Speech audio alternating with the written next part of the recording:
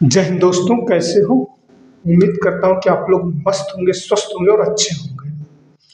अग्निवीर आजाद coaching और training centre में आप लोगों का स्वागत है।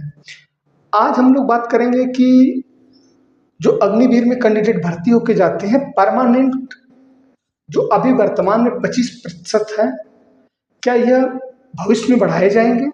क्या इनकी क्या संभावना है? बार बार न्यूज के माध्यम से हमें सुनने को मिलता है कि अग्निवीर अस्थायी रूप से परमानेंट रखे जाएंगे।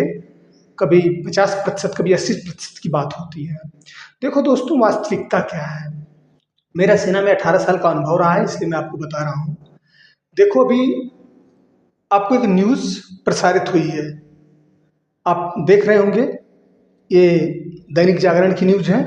इसके अंदर क्लियर लिखा गया है, बोले हैं सेना प्रमुख उपेंद्र द्विवेदी जी ने कि अग्निवीर योजना में बदलाव संभव है। तो अब आप यह देखो कि एक जनरल स्तर के व्यक्ति अगर कह रहे हैं तो कुछ तो है, कि कुछ तो इसमें सुगबुगाहट है, कुछ तो कुछ तो होगा जरूर।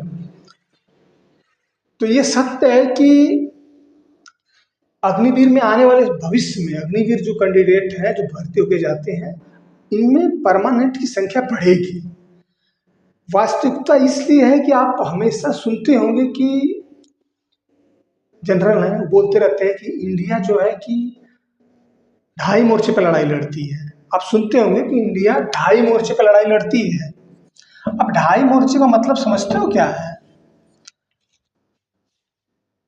एक तो पाकिस्तान से हमारे रिश्ते सामान्य नहीं रहते हैं, कुछ न कुछ होता रहता है। अभी सिंदूर ऑपरेशन हुआ था, बॉर्डर एरिया पे कुछ न कुछ होता रहता है। चाइना वाली सीमा पर भी समस्याएं होती रहती हैं। और जम्मू कश्मीर में जो स्थिति है वो भी बहुत बहुत बेहतर नहीं कह सकते, क्योंकि वहाँ भी आतंकवादी गतिविधियाँ होती रहती हैं। तो एक अधिक संख्या देखोगे तो जम्मू कश्मीर में भी सेना की रहती है, और बॉर्डर एरिया पे पाकिस्तान हुआ और चाइना हुआ, वहाँ तो जरूरत हमेशा रहेगी। तो भाई, जब संख्या बल सेना में कम किया जाएगा तो फिर उन मोर्चों पे लड़ाई के लिए कौन हमेशा तैयार रहेगा? वहाँ तो वास्तविकता तो यही है कि भाई, हमें अगर देश की सुरक्षा करना है तो वहाँ पर तो सेना होनी चाहिए। और जो जनरल उपेंद्र द्विवेदी जी कह रहे हैं कि नहीं, इसमें अग्निवीर योजना में बदलाव संभव है, वो इसी परिप्रेक्ष्य में कह रहे हैं कि अभी एक भी अग्निवीर ऐसा नहीं जिसका कार्यकाल पूर्ण रूप से पूर्ण हो गया है, लेकिन हाँ, आने वाले समय में पूरा होने वाला है। तो इनका मूल्यांकन किया जाएगा। मैं व्यक्तिगत वह बोल रहे हैं, उनकी जो इस न्यूज पेपर के माध्यम से आया हुआ है, कि वो बता रहे हैं कि इनका मूल्यांकन किया जाएगा और सेना में इनका योगदान किस स्तर पर होगा, वह देखते हुए राष्ट्र के हित में इसमें बदलाव की संभावना है।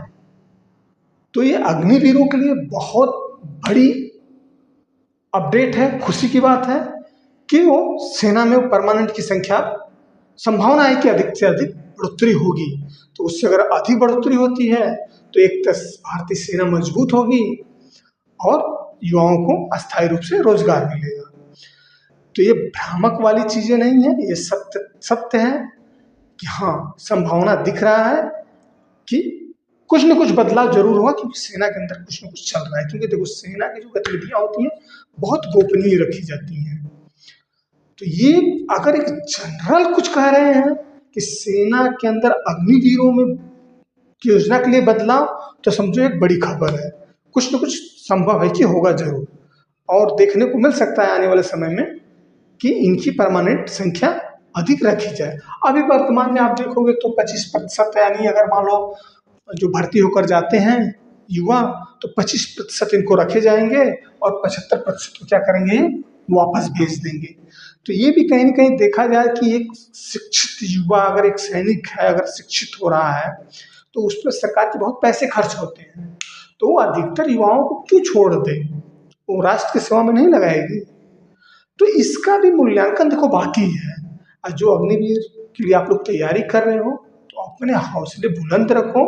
आने वाले समय में पक्का सकारात्मक परिणाम देखने को मिलेगा, और ज़्यादा से ज़्यादा जो युवा हैं वो अस्थायी रूप से परमानेंट सेना में रहेंगे। अग्निवीर भर्ती लगातार अपडेट पाने के लिए इस वर्दी वाले चैनल को प्लीज सब्सक्राइब और लाइक करें। जय हिंद।